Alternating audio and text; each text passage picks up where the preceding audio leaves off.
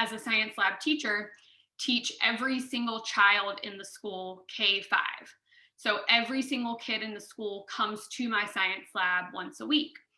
And I'm on the same team as the PE teacher, the art teacher, the music teacher. So if you went to elementary school in the United States, you probably rotated through, you might have had PE on Monday, art on Tuesday, music on Wednesday. Well, I'm part of that rotation. I'm part of that team. And so I have this opportunity to teach science to everyone. And a lot of people say, so they're just not getting science in their normal classroom? And yes, they are. They get science with their homeroom teachers. And then I'm kind of like the lab, the hands-on experiment central, right? So they kind of get double science. They get it in their classrooms, and then they also get like extra experiments to enrich what they've learned in their classrooms with me.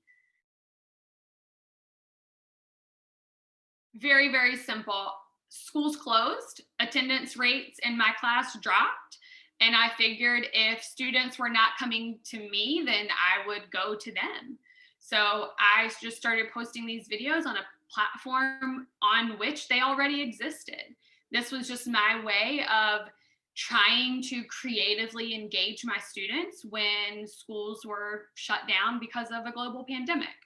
And so I really wanted to find experiments that students and families could do at home. So I was pretty strategic about what experiments I posted in the beginning, knowing that people were not really leaving their houses unless they were running to the grocery store for like very necessary items. So I just kind of thought, like, what would people have laying around their house, in their kitchen? And that's kind of how this all began. What can I give them that they can use with their empty toilet paper roll or with some baking soda that they have in their kitchen cabinet? So I started just posting very basic experiments that everybody or most people could do using stuff around their house. And it just grew from there. On TikTok is my What's Under My Microscope series.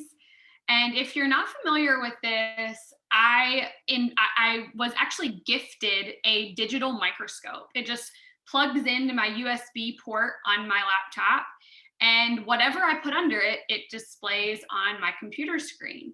And so I just started throwing the most random objects from around my house and around my classroom under this microscope. And I turned it into like this Jeopardy style game for people to guess what is under my microscope. And people just have loved this series, and I have so much fun making it. And even as a grown adult, I still am fascinated by how everyday objects look when you put them under a microscope.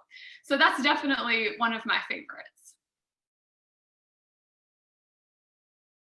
Thanks to TikTok metrics and my close relationship with the TikTok team, I learned that one of my videos gained over 350 million followers just from this, or excuse me, 350,000 followers gained just from this one video.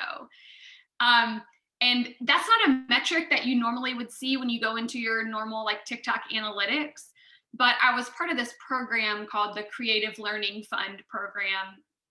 And at the end of the program, they kind of shared out some different like highlights from the program, the most viewed video, the most liked video, the video that gained the most followers. And so I learned at that little event that this video that I created about the behavior of nettles, the most random video ever, it did so well. It got over 17 million views. My account grew over 350,000 followers just from that one video alone. So that's done really well. But more recently, my most ever viewed video is a video of me dipping cocoa powder into water to learn about hydrophobic materials. And that video skyrocketed, and it now has almost 30 million views.